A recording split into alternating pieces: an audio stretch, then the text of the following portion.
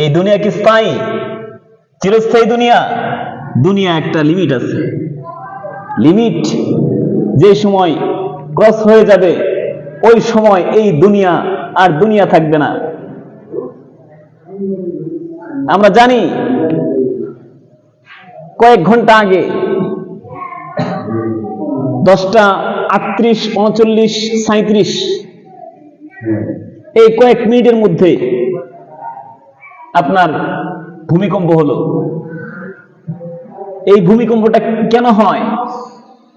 মানুষ যখন, তিরমিজির রওয়ায়াত, মানুষ যখন অবাচার করে, অন্যায় করে, জুলুম করে, আল্লাহর জমিনে আল্লাহর কথা মানে না,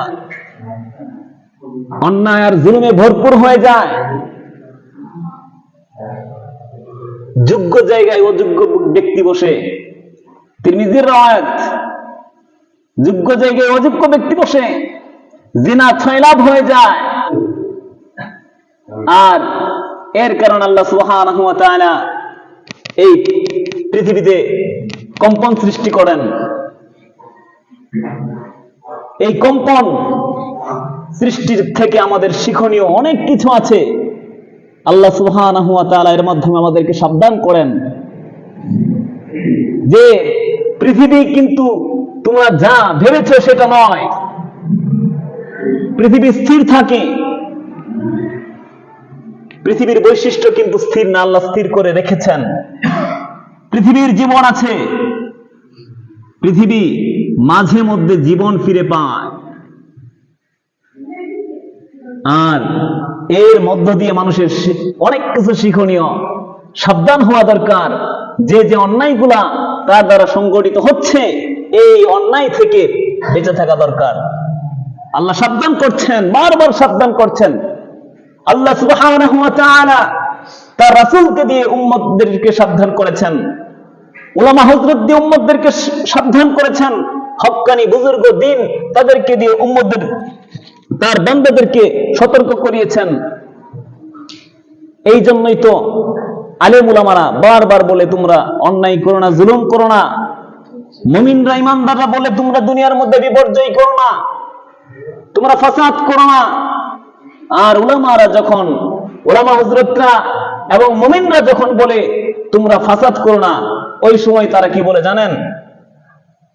ওই সময় তারা বলে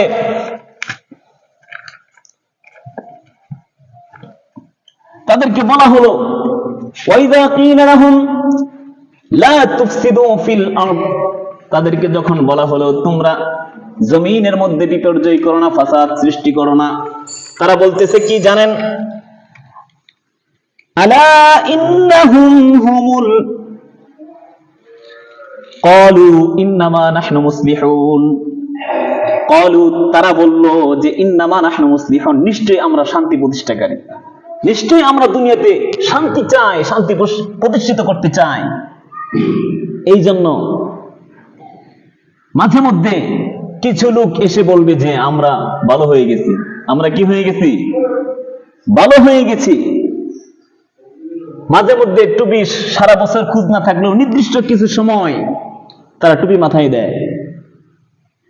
বা আমরা যাদেরকে বিশ্বাস করে আমাদের অভিভাবক বানাই, আমরা তো বানাই কেন, তারা ওই সময় বলে যে আমরা এই করব সেই করব, আমরা ভালোভাবে দেশ পরিচালনা করব, আমরা তাদেরকে দায়ভার দেই।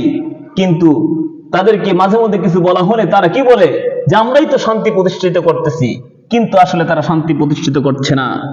আর যখনই এই সমাজের মধ্যে, এই জমিনে বিপর্যয় সৃষ্টি হবে, আর আল্লাহ সুবহানাহু ওয়া তাআলা মানুষকে সতর্ক করার জন্য এই ভূমিকম্প বা ইত্যাদি বিভিন্ন ভাবে সতর্ক করবেন, ঝড় তুফান সুনামি এগুলা দিয়ে মানুষদেরকে সতর্ক করবেন। আর মানুষগুলো যাতে এগুলা থেকে শিক্ষা গ্রহণ করে, এটা মানুষের কর্তব্য। আজকে যে ভূমিকম্পটা হয়ে গেল, আজকে কি বার ছিল? জুমাবার। কিয়ামত হবে কি বারে? জুমার দিনে। সম্মানিত উপস্থিতি, এই ভূমিকম্প হলে আমাদের করণীয় কি? আমাদের ইস্তেগফার পড়া দরকার, বেশির চাইতে বেশি ইস্তেগফার পড়া দরকার। আকাশে যদি কোন সময় মেঘাচ্ছন্ন হতো, আকাশ বৃষ্টি আসবে আসবে ভাব, তুফান হবে হবে ভাব, আল্লাহ নবী সাল্লাল্লাহু আলাইহি ওয়াসাল্লাম তিনি নামাজে দাঁড়িয়ে যেতেন, ইবাদতে মশগুল হয়ে যেতেন। যখন সূর্য গ্রহণ হতো নামাজে দাঁড়িয়ে যেতেন।